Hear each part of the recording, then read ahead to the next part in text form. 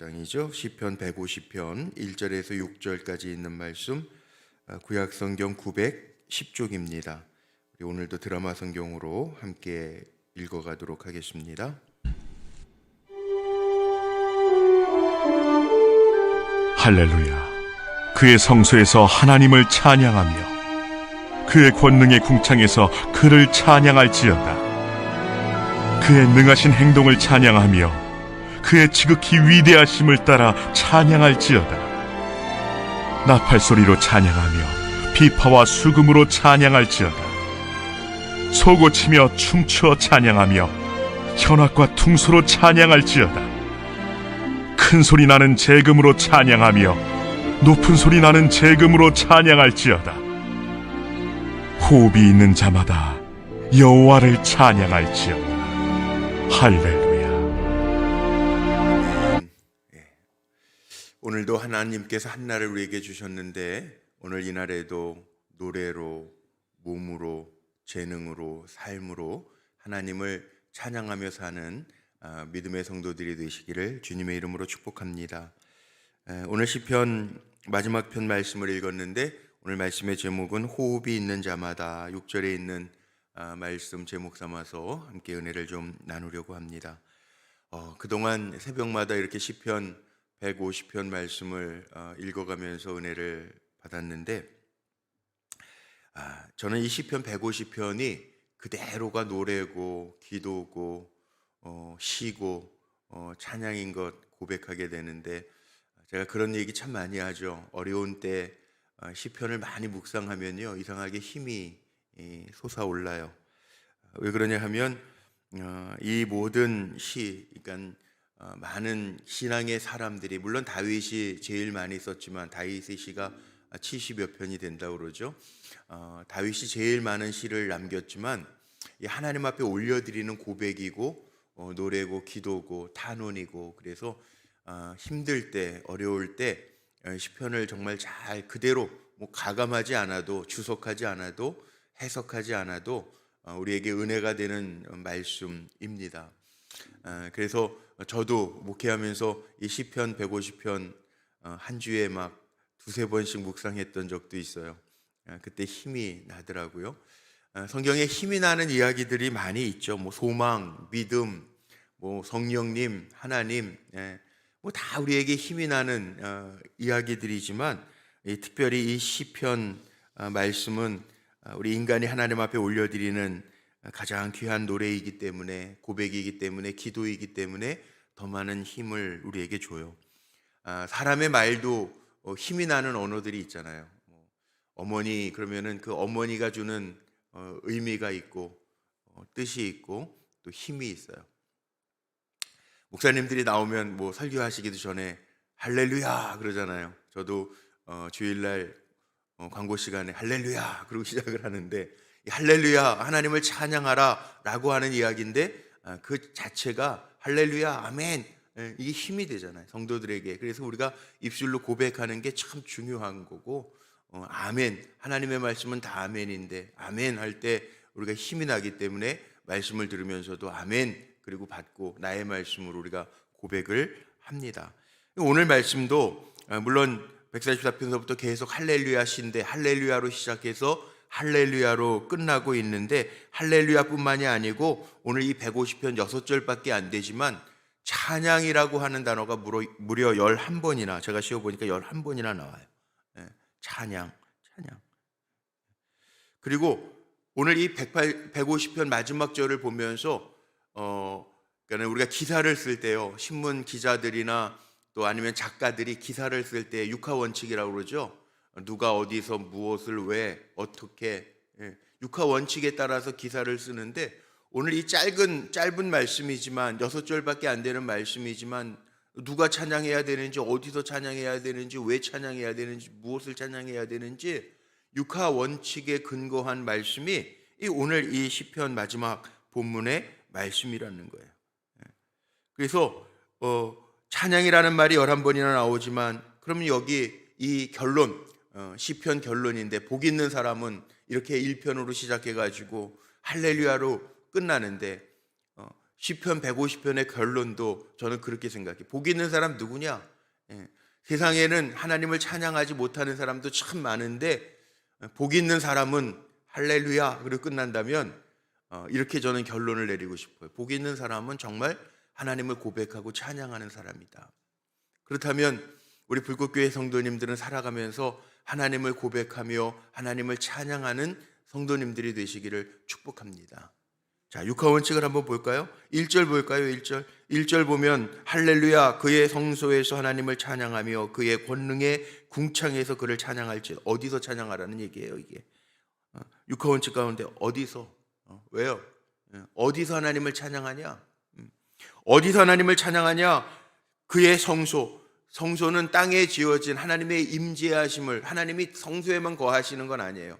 그런데 이 땅에 대표적으로 하나님의 임재하심을 느끼기 위해서 솔로몬이 성소를 건축하고 뭐라고 기도했습니까? 열왕기상 8장에 하나님 이 성소에 계셔서 하나님의 임재, 하나님의 함께하심. 왜? 하나님께서 성막을 이스라엘 백성 그 광야 중에 이동하면서도 성막 중심으로 12지파가 동서남북으로 에워싸고 움직이게 하셨잖아요.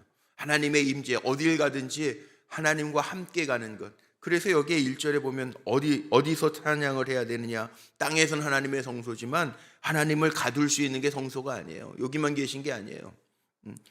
그의 권능의 궁창에서, 이 궁창은 또 궁창을 아래 궁창과 창세기에 보면 위의 궁창과 아래 궁창으로 나눠 중간에 공기를 두시고 그랬는데 이게 뭐예요? 어디든지 계시다는 거죠. 권능의 궁창. 물론 우리가 비행기 타고 하늘 위를 가면서도 찬양할 수 있어요. 그러나 어디든지 하나님 계시다는 거예요. 어디든지. 어디서나 계신 그 하나님. 내가 한국에 있든지 교회에 있든지 집에 있든지 직장에 있든지 어디에 있든지 하나님을 찬양하라는 거죠. 그를 찬양할지어다. 어디에서나. 심지어는 사도 바울과 실라는 사도행전에도 보면 빌립보 감옥에 gat혀서도요. 뭐하죠? 사도행전 16장에 보면 하나님 찬양한단 말이에요. 그때 어떻게 돼요? 옥문이 열리는 기적들이 나타나요. 옥에 갇혔으니까 기도 안 해. 내가 여기서 기도해.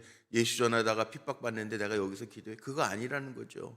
찬양하고 기도하는데 어디서나, 심지어는 감옥이라는 데는 좋은 곳은 아니잖아요. 그러나 그곳에서도 찬양하면서 살라는, 어디서나 찬양하라는, 이게 결론이에요. 어디서나 찬양해. 시편 150편을 보면서 어디서나 찬양하잖아요. 어디서나. 성경 66권을 보면서 주의 백성들, 하나님의 사람들은 어디서나 찬양하잖아요. 고난 중에서도 찬양하잖아요. 그렇게 찬양하라는 거예요. 그러면 2절 말씀 보세요. 왜 찬양해야 되는가? 2절, 그의 능하신 행동을 찬양하며 그의 지극히 위대하심을 따라 찬양할지어다. 왜 찬양해야 되느냐? 그의 능하신 행동 찬양하고 지극히 위대하심을 따라 찬양해야 돼. 하나님이 천지를 창조하시고 홍해를 가르신 일만 위대하신 일입니까? 아니라는 거예요. 오늘도 이 새벽에 어떻게 보면 주님 앞에 이렇게 걸어 나오는 것도 기적이잖아요. 그 하나님 참 능하시. 이게 능한 거예요. 이게 능한 거. 하나님 능하게 하시는 거. 살게 하시는 것도 능하게 하시는 거. 온 우주 만물도 섭리하셔서 이제 벌써 요즘 여름 하지 가까워 오니까 이게 낮이 길죠. 벌써 해가 떠오른 건 보이지 않지만 날이 환해졌잖아요. 참 이 능하게 하시는, 밤이 되면 어두워지고 모든 만물이 죽은 것 같다가 이 날이 밝아지면서 꽃도 밝을 때 저녁에는 오므라들었다가 참 기적 같잖아요. 그러다가 날이 밝아지면 팍 펴요. 오늘도 걸어오는데 마당에 꽃이 필까 안 필까 그랬는데 오늘 확 피었더라고요. 이 기적이 기적. 이게 아무것도 아닌 것 같지만 이 위대하신 일을 하는 하나님을 찬양해라. 이 위대하신 하나님, 기가 막혀요. 하나님을 아버지로 부르는 것 자체도 기적이에요.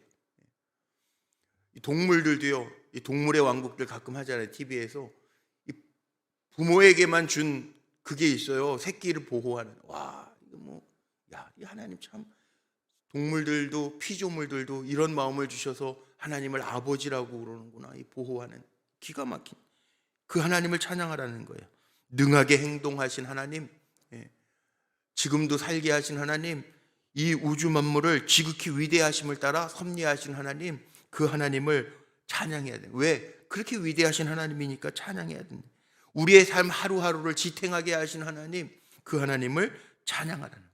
아무나 찬양하는 거 아닙니다. 이것도 깨달아져야 찬양하는 거예요. 그래서 왜 찬양해야 되느냐 말씀하고 있죠. 어떻게 찬양할까요? 3절에서 5절 보니까 이 악기 이름, 옛 악기 이름들이죠. 뭐 나팔소리, 비파와 수금으로 찬양할지어다, 소고치며 춤추어 찬양하며 현악과 퉁소로 찬양할지어다, 큰 소리 나는 제금으로 찬양할지어다, 높은 소리 나는 제금으로 찬양할지어다. 여기 3절로 5절 보면 모든 악기가 다 동원되고 있는데 이 악기뿐만이겠습니까? 여기 앞에도 보면 드럼도 있고 신디사이저도 있고 피아노도 있고 요즘 나오는 악기들로도 찬양하고 이거로만 찬양하면 될까요? 뭐 요즘에 뭐 특송할 때 색소폰도 불고 찬양하고 막 그러잖아요. 모든 악기를 동원해서 찬양해라. 어떻게? 모든 악기만 가지고 찬양할까요? 아니에요. 제가 처음에 축복한 것처럼 뭐 노래로도 찬양할 수 있어요. 또 하나님이 주신 재능으로도 하나님을 찬양할 수 있어요. 어제 우리 권사님 가정에 신방을, 여기 계신 권사님이 신방을 했는데 그림을 하나 보여주시는데 잘 아시는 선배 언니가 그려주신 그림이라는데 전 또 그런 그림은 처음 봤어요. 예수님 얼굴은 뭐 그런 그림은 많이 보지만 그림을 그리셨는데 예수님께 걸어가시는 발의 발바닥에 그 못자죽이 있는 그림이더라고요. 아주 신기하고 특이한 그림인데 그 그림 선물 받은 그림이라고 이렇게 아주 특별하죠. 그리고 저를 보여주시는데 마루에다 걸어놓으신 그림인데 정말 저도 그런 그림은 처음 봤어요. 예수님의 그 발, 걸어가시는 발에 못자국이 그냥 이렇게 발바닥에 못 박혔던 흔적, 피 흔적이 있는 그림, 은혜가 되더라고요. 그림으로 재능을 가지고 있는 사람은 그림으로도 하나님을 찬양할 수 있고요. 글재주가 있는 분들은 글로 찬양할 수도 있고, 이 시편도 글로도 되어 있잖아요. 노래, 기도이기도 하지만 그렇게 찬양하는. 그러니까 우리에게 주신 모든 재능과 삶과 몸으로 하나님을 찬양해라. 어떻게? 그렇게 찬양하는 거예요. 그렇게 나에게 주신 달란트를 가지고 주님을 늘 찬양하면서 살아가는 것. 누가 찬양해야 됩니까? 6절 보세요. 누가 찬양해야 될까요? 이게 오늘 제가 제목 붙인 것처럼 호흡이 있는 자마다, 호흡이 있는 자마다. 호흡이 있다라는 얘기는 살아있다는 얘기.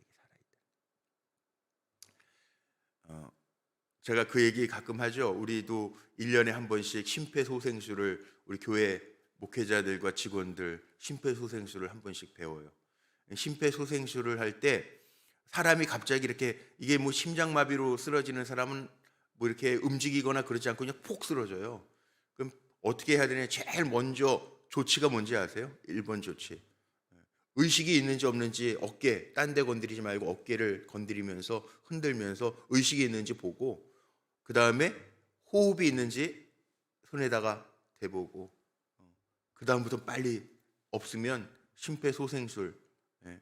선한 사마리아법이라는 거 아십니까? 저는 그 잘못 사람들이 겁나니까 잘못 건드려서 뭐 갈비뼈가 부러져서 뭐 어디 심장을 찌르거나 이러면 어떡할까 이런 걱정의 질문들 막 하잖아요. 강사한테. 근데 그러더라고요. 우리나라는 괜찮대요. 선한 사마리아법. 그러니까 호흡이 안 되는 거 확인하고 심장이 안 뛰는 게 확인이 됐으면 심폐소생술. 어차피 죽을 가능성이 큰 사람이기 때문에 갈비뼈가 부러질 정도로 심폐소생술 세게 해서 살리라는. 죽은 사람은요 감각이 없어요. 그러니까 여기에 호흡이 있는 자마다라고 하는 얘기는 누가 찬양을 해야 되느냐? 살아있는 모든 것들은 찬양해야 된다는 거예요. 찬양해야 돼요. 근데 안타깝게도 세상을 보면 살아있음에도 불구하고 찬양하지 않는 사람들이 얼마나 많은지 몰라요. 그래서 에베소서에 보면 사도 바울도 그런 얘기하죠. 에베소서 5장에 보면 그런 얘기합니다. 술 취하지 말라. 이는 방탕한 것이니 오직 성령으로 충만함을 받으라. 시와 찬송과 신령한 노래들로 서로 화답하며 너희의 마음으로 주께 노래하며 찬송하며. 이렇게 나와요.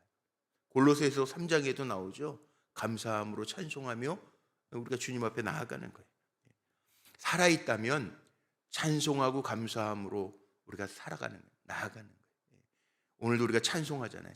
찬송하면서 세상에 말하기 전에 먼저 찬송하고 기도하면서 새벽을 깨우고 하루를 시작하잖아요. 호흡이 있는 자마다 하나님을 찬송해라. 찬송해라. 여기 보면 언제라는 건 오늘 없는 것 같지만 어디서나 언제나 찬송하라는 거죠. 어디서나 언제나. 늘 같이 가요. 우리가 그리스도인인데 교회 안에서만 그리스도인입니까? 그리고 새벽 예배 드릴 때만 그리스도인입니까? 아니에요. 언제나 어디서나 그리스도인이라고요. 아침에만 그리스도인이고 저녁 되면 저녁 시간은 환락의 시간이라 그래서 막 즐겨야 돼요? 아니잖아요. 우리가 언제나 어디서나 그리스도인이잖아요. 그럼 찬양하는 건요. 성소에서 찬양하고 온 궁창에서 하늘 위 궁창에서 찬양하라. 그러면은 어디서나 찬양해. 언제나 아침에만 찬양하고 끝이에요? 아닙니다. 우리의 삶을 통해서 생각도 그렇고 행동도 그렇고 우리의 삶이 하나님 기뻐 받으실 만한 삶인가를 늘 점검해 봐야 된다는 거죠. 그게 우리의 삶이에요. 어디서나 언제나. 무엇을 찬양할까요? 무엇을? 하나님이 하신 모든 일 찬양하는 거예요. 무엇을? 여기 다 담겨 있는 거예요. 무엇을? 2절에 능하신 행동을 찬양하며 지극히 위대하심을 따라 찬양. 무엇을 찬양해? 왜 찬양하는 건지 무엇을 찬양하는 건지 다 이렇게 섞여 있어요. 하나님의 하신 일을 다 찬양하고 구원받은 성도가 이렇게 하나님 제가 물질이 없어요. 물질 주세요. 그 받아야만 찬양하는 게 아니에요. 이미 우리에게 하나님 생명호흡도 주셨고요. 구원받은 하나님의 백성으로 살게 하시는 것 자체가 가장 큰 복이에요. 복 있는 사람은 아까 제가 결론 그랬잖아요. 1편 시작할 때 복 있는 사람은 시편 그렇게 시작하는데 할렐루야로 끝나니까 그냥 중간에 1편서부터 150편까지 다 시로 채워져 있지만 결국은 복 있는 사람은 하나님을 찬양하는 사람이 복 있는 사람이라는 거예요. 구원받은 거 하나만 가지고도 이게 얼마나 큰 복입니까? 제일 큰 복이잖아요. 제일 큰 복. 하나님이 나와 함께 하심이라. 그 웨슬리 목사님이 마지막 88세로 숨을 거둘 때 뭐라고 마지막 말 남겼어요? 내가 이 땅에서 가장 좋았던 것은 하나님이 나와 함께 하셨기 때문이라. 이 구원받은 복이잖아요. 그걸 찬양하는. 하나님이 하신 일을 다 찬양하는 거지만 복 중에 복은 꼭 뭘 받아서 내가 찬양할 이유가 있어서가 아니라 하나님이 하신 모든 일은 다 아멘이에요. 다 아멘. 덮어놓고 아멘이에요. 하나님 하신 일은 다. 왜냐하면 하나님 계획대로 하시니까. 내 계획보다 정확하시니까. 우리는 한시적인 삶을 살지만 하나님은 영원하시니까. 그러니까 하나님은 정확해요. 가장 정확해요. 가장 정확한 때 일하시는 하나님이에요. 그러니까 저하고 여러분은 어떻게 살자? 시편의 결론입니다. 복 있는 사람은 찬양하면서 사는 사람. 오늘도 찬양하지만 내일도 찬양할 거고요. 아침에도 찬양하지만 저녁에도 찬양할 거고요. 하나님 나에게 주신 재능을 가지고도 찬양하면서 살 거예요. 저하고 여러분은 삶이 찬양의 도구가 되기를 주님의 이름으로 축복합니다. 기도하시겠습니다. 우리에게 생명호흡 주시고 구원받아 하나님을 찬양하는 사람으로 살아가게 하시니 감사합니다. 그동안 시편 말씀 새벽마다 나누면서 은혜를 함께 했는데 마지막 150편을 통해서 우리가 육하원칙에 따라 왜 찬양해야 되는지, 어떻게 찬양해야 되는지, 언제 찬양해야 되는지, 무엇을 찬양해야 되는지 깨닫게 하신 것 감사합니다. 복 있는 사람은 찬양하는 사람인데 우리의 삶을 통해서, 우리의 재능을 통해서, 우리의 몸을 통해서, 우리의 노래를 통해서 하나님을 늘 찬양하며 사는 복 있는 사람들로 승리하게 하옵소서. 오늘도 드려진 예물이 있습니다. 신방감사 예물, 또 사랑하는 자녀손들의 이름을 적어 1000번째 소원의 예물 올립니다. 아시는 하나님 간섭하시고 주님의 일하심을 찬양하는 종들에게 주님의 역사가 늘 임하게 하옵소서. 오늘도 새날 주셨으니 이날도 믿음으로 살아갑니다. 우리의 입술에 찬양을 담고 우리의 삶을 들여 찬양하며 살아갑니다. 우리 사랑하는 성도들, 특별히 우리 불꽃교회 성도들, 늘 주님과 가까이 있어 주님을 찬양하며 사는 복 있는 사람들로 승리하게 하옵소서. 오늘 한 날도 주님의 영광을 드러내게 하시고 우리의 삶이 찬양의 도구로 온전하게 쓰임 받게 하시되 주의 영광의 도구가 되게 하옵소서. 우리 주 예수 그리스도의 이름으로 감사하며 축복하며 기도하옵나이다.